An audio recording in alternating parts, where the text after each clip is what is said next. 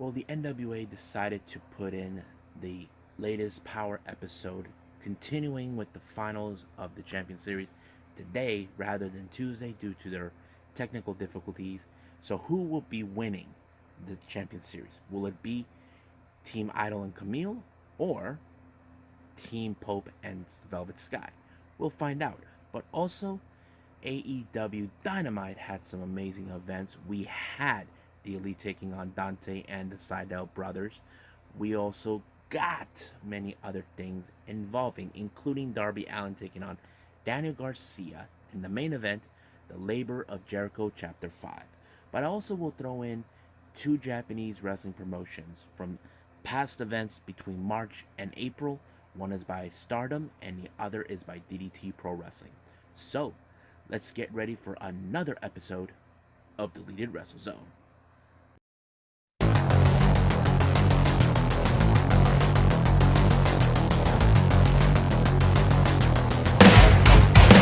Are you ready? Get up, get up! Get up, get up! Get up, get up! Get up, get up! Get up, get up! Get up, get up!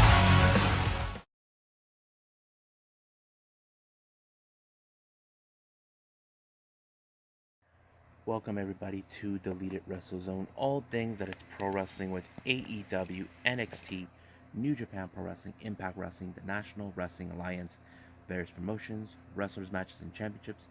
I am your host, Jay Radier. So, as you know, the NWA Powerrr has come back. This time, it was due to technical difficulties that took place on the previous day. This time, we get to see the whole thing. As you know, only two teams remain. The teams that were eliminated in this was Team Aaron and Terrell and Team Aldis and Molina. They don't seem like very happy how this ends, but however, we only got two remaining teams, one by Austin Idol and Kamille, and the other Velvet Sky and the Pope.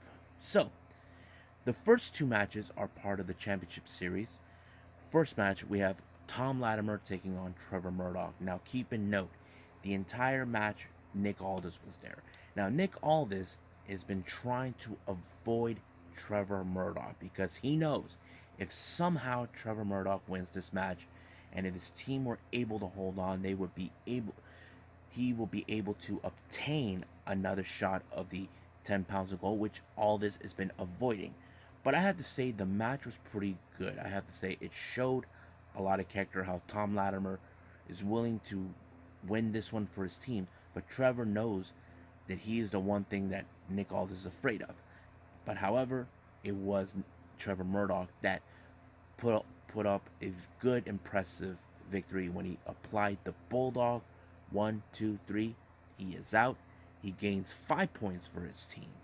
So, but the second match is between Nims and Jack Stane. Now, I'm not too much familiarized with Nims.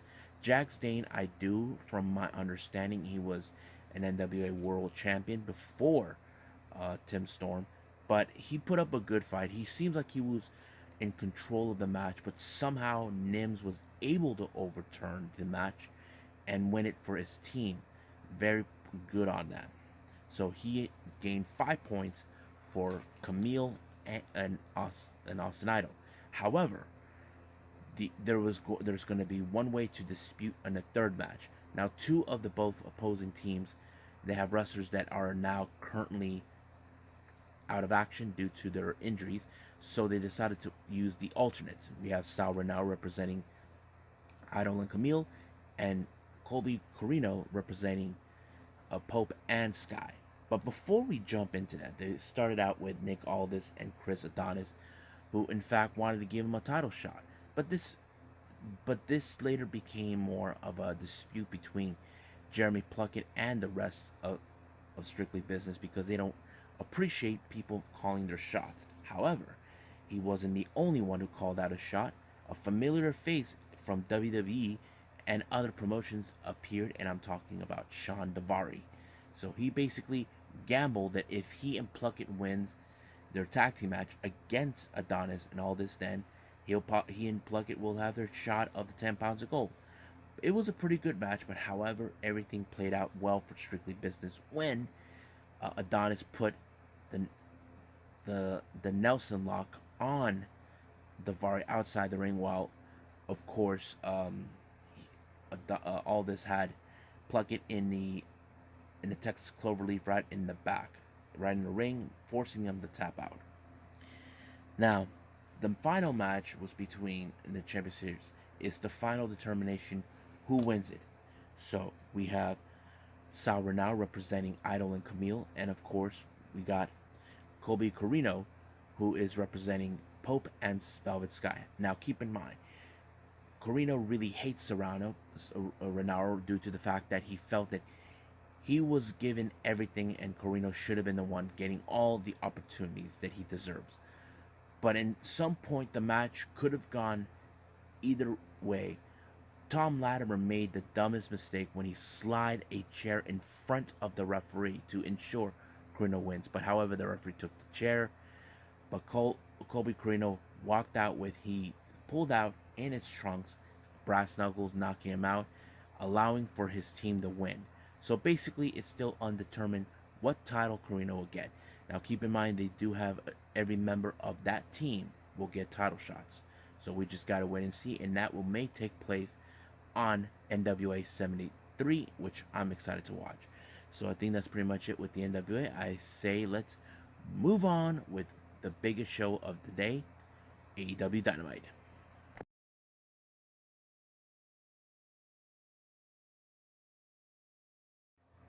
Okay, so AEW Dynamite are in Pittsburgh, Pennsylvania, or as the fan base would like to call it, Brittsburg, which is the hometown of Dr. Britt Baker, DMD.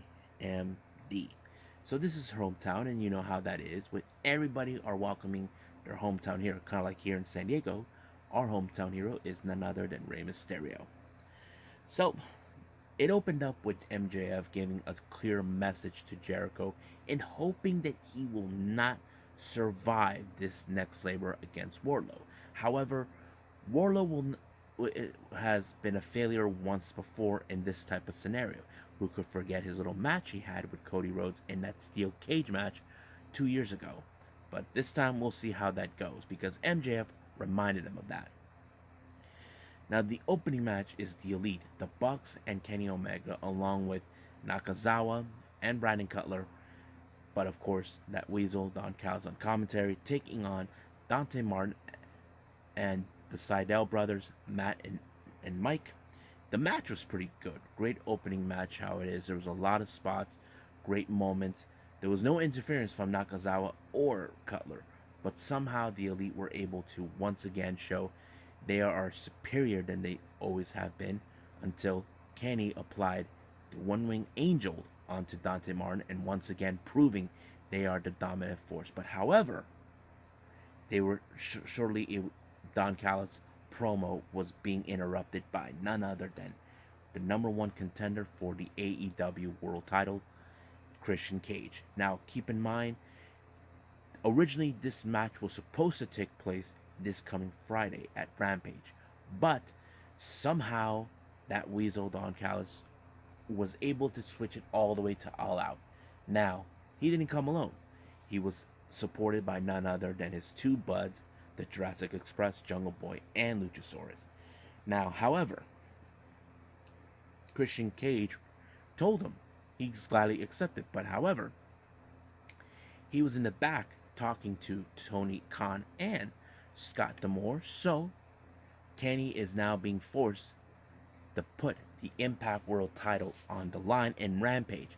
This was the last thing that Don Callis and the rest of the Elite expected. Yeah, sure, they want to keep him away from the AEW World title, which is a smart move in the storyline, how it plays. But they didn't anticipate this one. So, not only that, Jungle Boy even made a good announcement that he talked to Tony Khan, and he and Luchasaurus are this coming Dynamite episode. They're going to be facing the Young Bucks for the AEW World title, which was the last thing these guys want, and they're not going to tolerate this happening. Now, after what happened last week with Cody losing to Malachi Black continues to make his little statement in his little vignettes or whatever he's doing that we don't know who will be his next challenger or all this other stuff.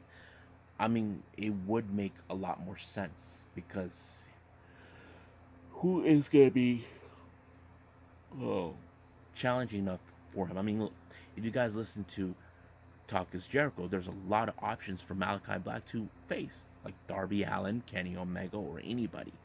But we just gotta wait and see on that.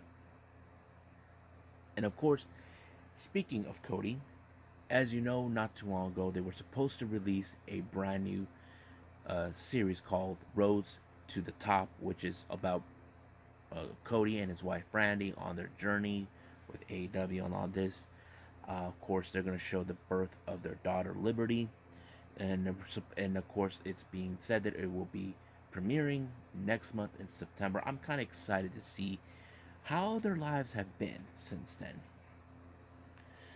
Now, as you know, Miro, he has no challenger, but this time he picked Fuego del Sol. Yeah, it's God's favorite champion. Pick Fuego del Sol because no one wants to challenge him. But the real question is, who could be that guy? Well, we'll just wait and see. Now, this next match, I have to say, it's one of the most incredible matches I've ever witnessed. Daniel Garcia, along with 2.0, taking on Darby Allin, being accompanied by Sting. Now, this match, Darby Allin, on the other hand, he is not. No, I mean Daniel Garcia. He is not a full member of the roster, but according to what's his name, um, Excalibur, he had matches throughout the entire week. I'm like, whoa. But the match played pretty well. I think, to me, when I look at Daniel Garcia, he reminds me more of the catch point style. You know, like Drew Gulak, who else? Matt Riddle, everybody else from the era. But however, Darby Allin was able to pull it off when he applied the coffin drop onto Daniel Garcia to win the match. But however, his buddies 2.0, Matt Lee and Jeff Parker, will not tolerate this. They try to hammer down on him, but Sting showed up and he taught them a lesson. Now it's been revealed for this coming Wednesday, Darby Allin and Sting will team up to take on 2.0. Now, in recent weeks, we have been watching how things have been stirring up between Andrade and Death Triangle. Now, Andrade believes in his mind that Pac has been holding them back. Now, they made it perfectly clear no one works with who. But Andrade has that delusion, and that's what he believes. But Pac said that right now his attention is on Andrade. So he is telling the Lucha Brothers to put your focus right now on the AEW World Tag Team titles. Because it's true. Andrade did have a good point. But however, did Pac was holding him back on that? No. They've just been dealing with things that come along the way. So we'll see what happens. But it's now been confirmed that Pac and Andrade will face off at All Out in September.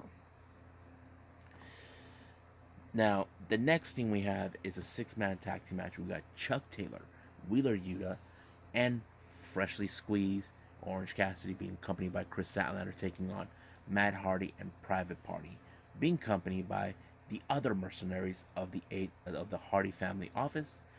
This match was pretty good. I have to say it did play out well where Matt Hardy says now his true intention is to destroy Orange Cassidy because I think he felt Orange Cassidy is a waste of time and all that. But things got chaotic outside the ring with not only the interference from HFO, but Chris Statlander was attacked by Nyla Rose because coming up, she faces her in the match. But once again, Matt Hardy took the victory by applying the twist of fate, and 1, 2, 3, it's over. Now, like I said, the next match was Nyla Rose taking on Chris Statlander. It was a good match. It was hard-hitting, very amazing to watch. However, Vicky Guerrero did right in front of Orange Cassidy's ears, like he got his eardrum shattered or something. He was like, so basically, but however, Chris Statlander pulled off an amazing victory when she applied the 450 splash. 1, 2, 3. Chris Statlander won the match. Now, as I mentioned before, the Young Bucks are going to face the Jurassic Express. They're not happy because they did not want to challenge anybody, but however, because of this, they think they can win this match like a layup, basically basketball reference. But of course, Jurassic Express showed up and ruined their little fun. Now, as I mentioned before, Pittsburgh is the home of Britt Baker, or as we call the town, Brittsburg. Britt Baker has had a great opening. So basically, she was talking mostly about Red Velvet, how there's nothing compared between them except how feelers they both are. So basically, Britt Baker wants to be a fighting champion, while Red Velvet is trying to prove that she belongs in AEW. And of course, once again, she attacked Britt Baker out of nowhere, and we'll see what happens in Rampage this coming Friday between them. Now, the next match we have is for the Impact World Tag Team titles. Now, this is the first time we have these titles on an AEW platform. It's of course Dark Order members, Stu Grayson and Evil Uno taking on the Good Brothers. It was a pretty good match. Even Scott D'Amore was at the commentary table and accompanied both Tony Schiavone, Excalibur, and Jim Ross, and I thought it was a pretty good match. However, Brandon Cutler keeps getting in the way. He got his butt hit by Colt Cabana, and then he got taken away by the Elite Hunter, who, for the last couple of times, he's been attacking him. So Cutler, he's nowhere. He's like, cannot believe he's being manhandled out of there.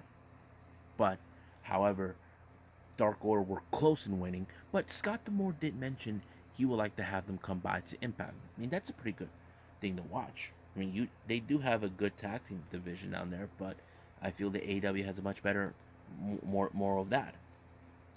But it was the Good Brothers when they applied the Magic Killer on Uno. 1, 2, 3. Good Brothers won. Now, we all know on August 28th or 29th on NWA Empower, Kamille will put the NWA World Women's title on the line against legit Layla Hirsch. Now, we all can agree Layla Hirsch is the underdog, but Kamille doesn't believe that. She believes that she's a laughingstock. Now, we always say never judge a book by its cover. I say this is going to be a very interesting match where Kamille, she can say what she wants, but can she back it up? Now, we were supposed to have an apology. Originally, it was supposed to be QT apologizing to Tony Schiavone for what he did, tossing him coffee or whatever on his head. But in fact, this was more about QT wanting an apology for Tony Schiavone for all the negative comments that he gave him. And he did that by leveraging his son, Chris, who was watching, to force him to apologize. But however, QT said it's not enough, so he diamond cutter him. But here comes the Ball White to the rescue, who will not tolerate QT. His sights was like dead straight to QT, and QT, who's been a coward, decided to sacrifice his own guy from the factory, Aaron Solo, until he got chokeslammed. So the real question is now, what is Paul White gonna do? So QT, he better be a man, take him on.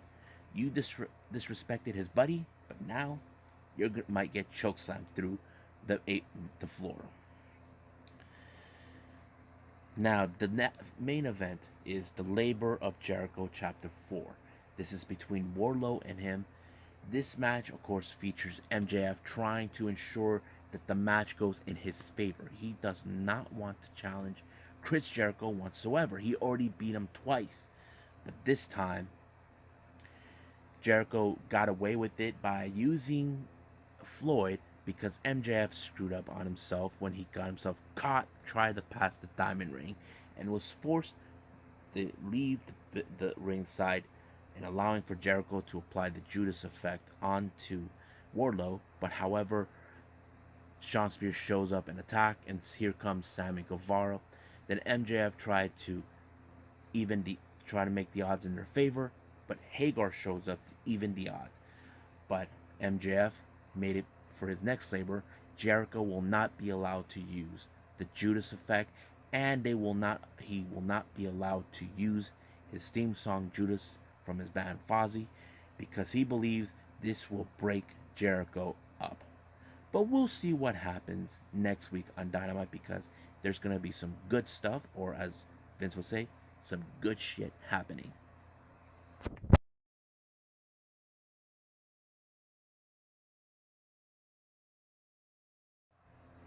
Okay, the this DDT Pro Wrestling event took place back in early April on the 7th. This one is a Gambari show. You guys know this is one of those other shows that they do for them. This one's called Bad Communications 2021. It took place at Corrigan Hall. There was some good matches they had. Now let's go from start to finish to see what happened. We have what was it? Yazu Urano teaming up with none other than Minoru Fujita, taking on Halfy, Shu Sakai, and Katsusaki Shonoku. Uh, Pretty good match. There were some great moments, especially when it comes to Minoru Fujita, who we know him as a deathmatch wrestler, but there was no death matching on this one.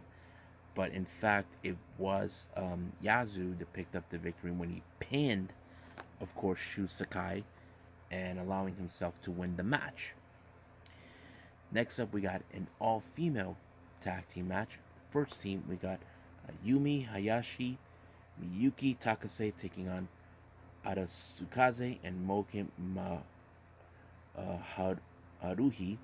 I am familiarized with Kudasaki and Yume Hayashi. Yume Hayashi made appearances at Got to Move, but it was a pretty good, fun match. There was some great spots on this one where, of course, we got Yumi and Miyuki using Mocha like a drum, bam, bam, bam, and I thought it was great. But I think the best moment was how it ended with Mocha, who put up a great submission onto Miyuki, forcing her to tap out. So I have to say it was a pretty good match. The next match is for the DWC six-man tag team titles. Challengers is Shigeru Iri, Yumihito, Yumihito Imanari, and Yuna Manaze representing Purple World Order, taking on Shinichiro Tominaga, Hagane Shinoe, and of course Asuka, who are the current champions. It was a really tight match. I was like impressed with everything.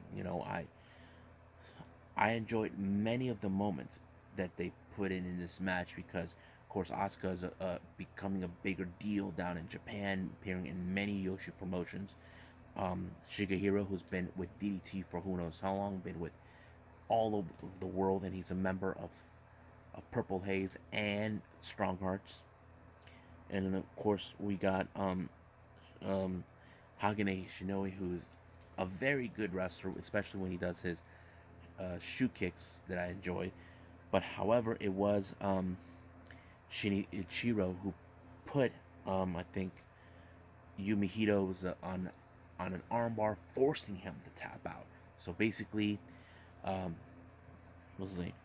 Tominaga, Shinoe, and Asuka, they retained the titles. The next match is a interesting tag team match. We have 37 Kamina, consisting of Shuma Katsumata and Yuki Unio, taking on Shota and Kasuke Ishii. Another good match, because it was the earlier they both Unio and Katsubuta did not want to shake hands, but of course they were being cocky. But of course, Kaki gets them nowhere. But I think the powerhouse in this match was Ishii, who actually put what's his name, Unio in his submission move, forcing him to tap out. And I thought it was a pretty good match to watch. Then we have a singles competition. Koiki Awasato taking on Hikaru Hidaka, who you may know from Pro Wrestling Now as well. I have to say it was a really strong match. I did look at what's his name, Awazaki, who was more of the serious wrestler. I was like paying attention that he looks more like he's gonna put someone on a submission, and that's exactly what he did with Hidaka. He put him in a submission move, forcing him to tap out as well. So there's still some wrestlers I haven't seen, but this guy I definitely got to pay attention to. Now we get to the main event, which is a fluorescent light tubes death match. Now, if those who don't know, is those long light tubes. They're being used as weapons. It's Ken Oka versus the founder and owner of the promotion Pro Wrestling Freedoms, Takashi Sasaki. Now, I have to be honest with you, I don't recall Ken Oka who actually ever been on a death match before. I mean, death matches are no joke, especially those who are wrestlers who transition to that. But you have to be good at it, and I have to say Ken Oka really put up a great face, but he did his best he could. He was bleeding out, but he actually was pinned by Sasaki.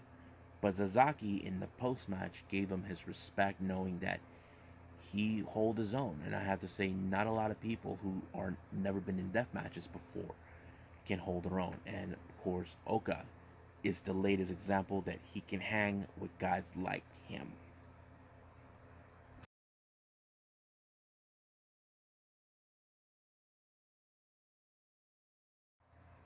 Okay, the last thing I'm going to review, it's been a while since I rev- reviewed any of their events. I'm talking about the number one Yoshi promotion for me that I enjoyed the most. I'm talking about Stardom. Now, this event took place back in the 26th of March. This is the road to Yokohama Dream Cinderella in spring. This is day 2. Now, keep in mind, I'm a little bit behind, but I will mention things that are currently happening so we can catch up in a little bit. Like I said, I'm a bit behind for this one, but I'm hopefully I can catch up sooner. The opening match is for the Future of Stardom title. Now, keep in mind, we already have a champion right now, and that is Unagi Sayaka. She won that title recently against her own teammate, Mina Shirakawa.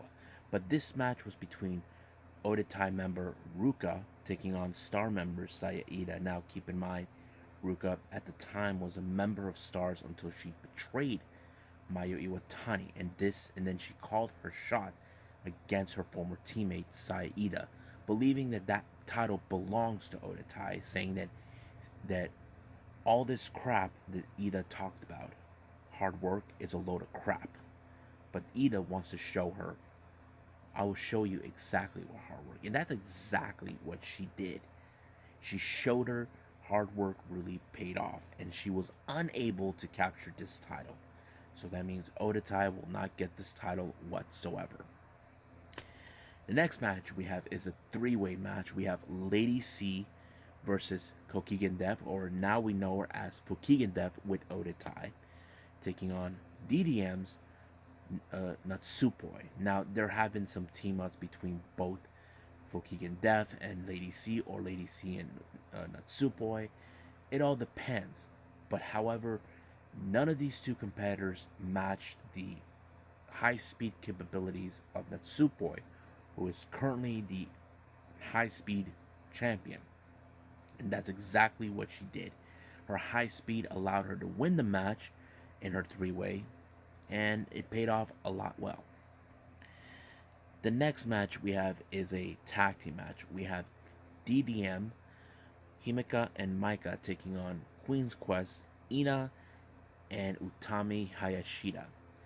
Now, this is the first time Ina comes back for who knows how long. Her and her sister, and of course, Hana, and who is a member of Stars, and her other sister, her twin, Rina, who is a member of Oda Tai.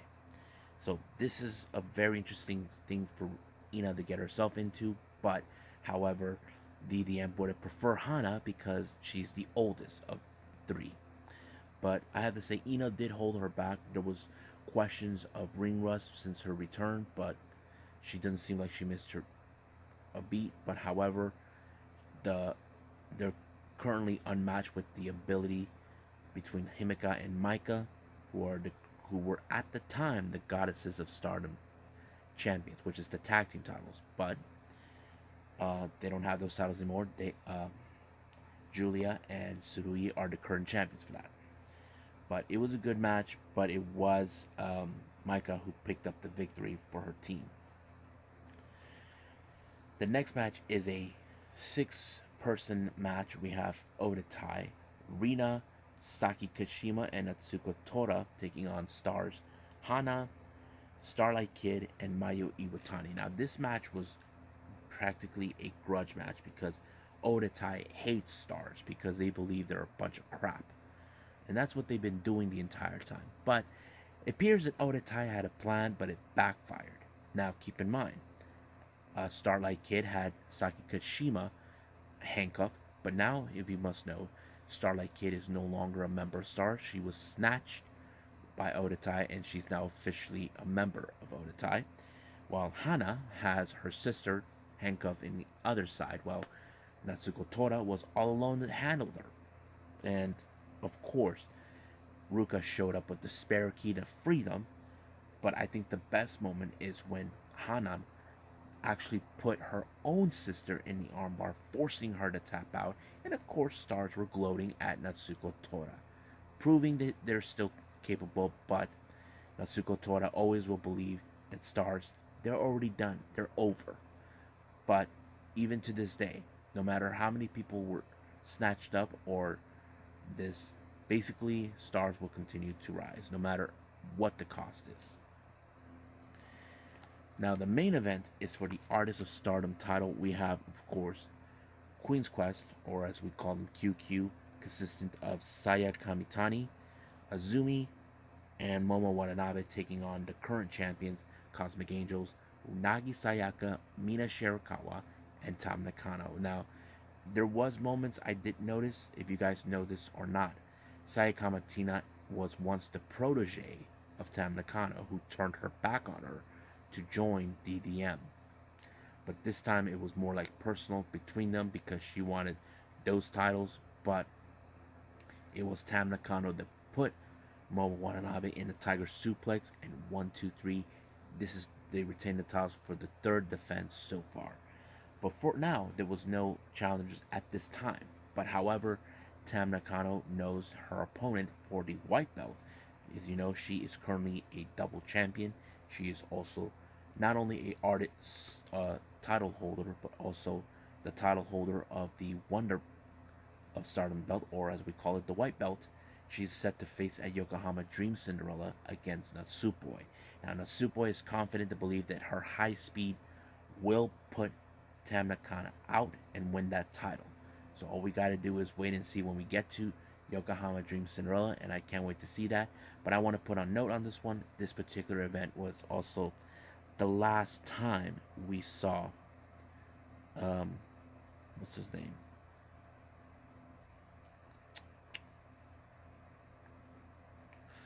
Oh yeah, the last time we saw B Priestley. Oh, I screwed up. Sorry, I skipped the match. Yeah, I did. There was another Oda Tai match featuring DDM. It was Julia and Suri taking on Oda Tai, Konomi, and B Priestley. This was also another good match because it was hard hitting. I have to say, I must admit, many of the matches that Julia has ever been in told a good story. But also the best story is Suri and Konomi, who know each other very well. They're both the two top strikers, but however, it was Tsurugi who gave a real striking kick onto Konami, and 1 to 3 it's over. But keep in mind, this is where Tsurugi and Julia, they're on the verge of challenging both Himeka and Maika for the Goddess of Stardom. But we'll get to that event eventually. But for right now, this is what happened that day. I will catch up. I promise you guys that. And hopefully, we're on the same page as everyone else. Well, I hope you guys enjoy this episode. There's a lot of things I need to catch up. Coming up, we got NXT UK, Impact Wrestling, but I will throw in another DDT event that also took place back in April. This one's called April Fool. But if I do have time, I will throw in another Japanese wrestling promotion. This is one that I haven't reviewed, and this is coming from Pro Wrestling Freedom. So we'll see what happens the following day. So I'm trying to balance everything out. But for now, I'll see you guys in the next DWZ time. Same DWZ channel. I must bid all of you adieu. So goodbye. And have a nice day. Bang.